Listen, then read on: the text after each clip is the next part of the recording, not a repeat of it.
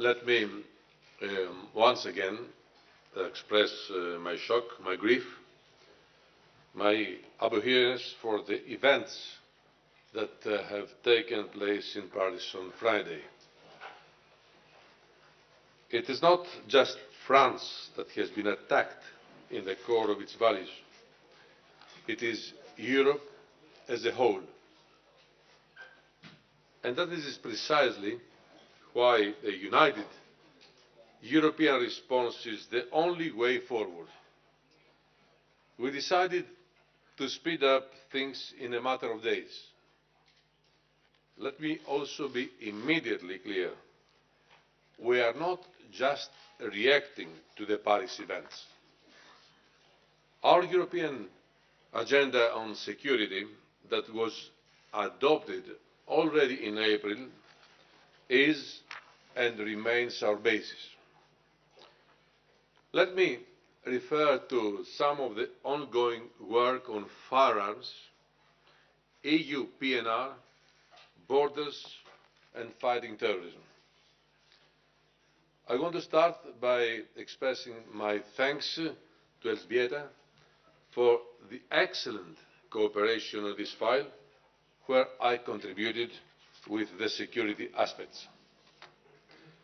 It is very important for all of us to understand that Elżbieta's package on firearms today needs to be reinforced.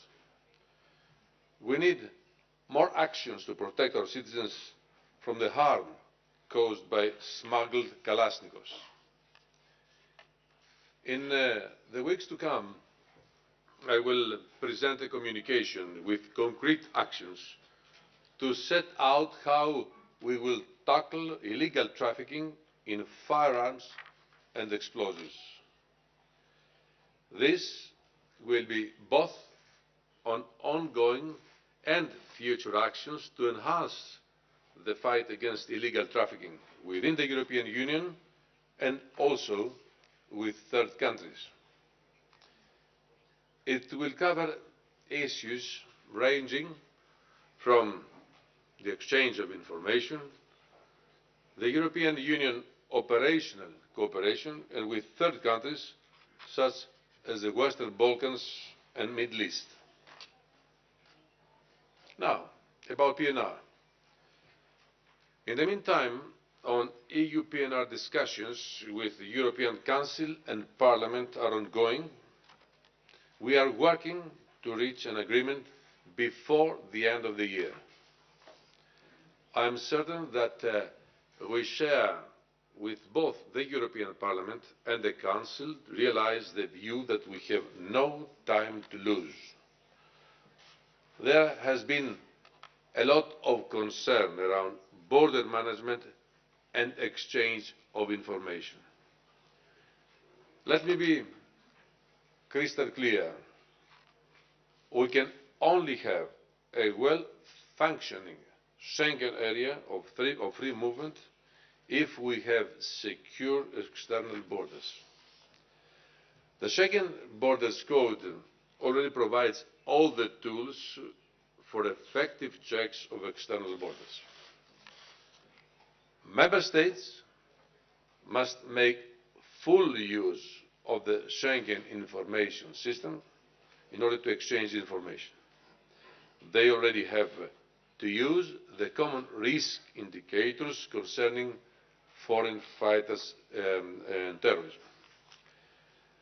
We are planning a revision of the Schengen Information System to facilitate the implementation of travel bans.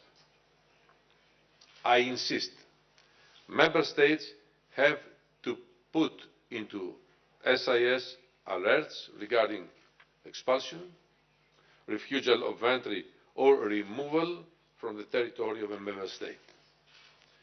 As you know, we are now preparing a proposal for a more efficient borders management system in the form of a European Border and Coast Guard in December and the Smart Borders package in spring.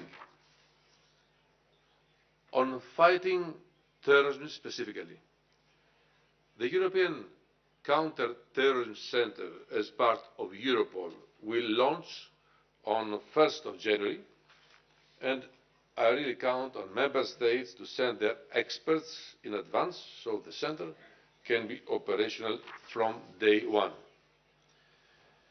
We will also have a proposal for a directive modifying the existing EU framework on terrorism by the end of November already. This will harmonise criminalisation of offences linked to terrorist travel, passive training, financing and facilitation of such travel to address the phenomenon of foreign terrorist fighters.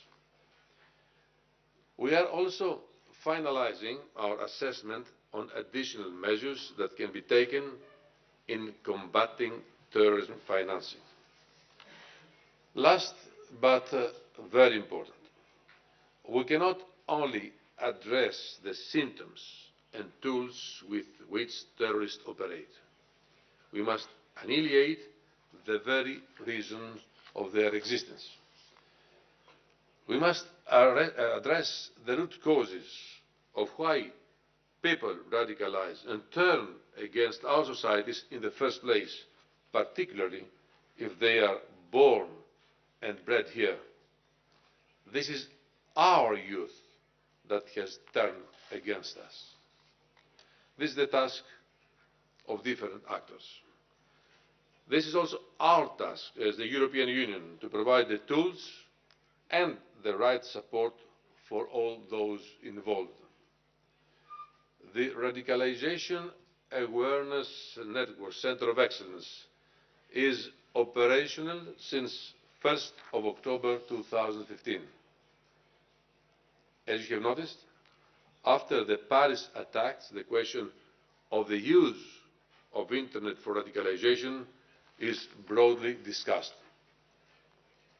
This is why I am organising an EU Internet Forum on 3rd of December, where I am inviting ministers and CEOs of major Internet companies and other smaller Internet actors to strengthen cooperation between them.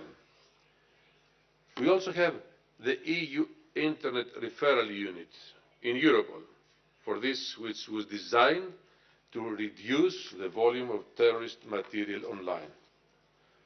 Let me conclude with the following thoughts. In times like these, we need to stand with one voice against populism and xenophobia.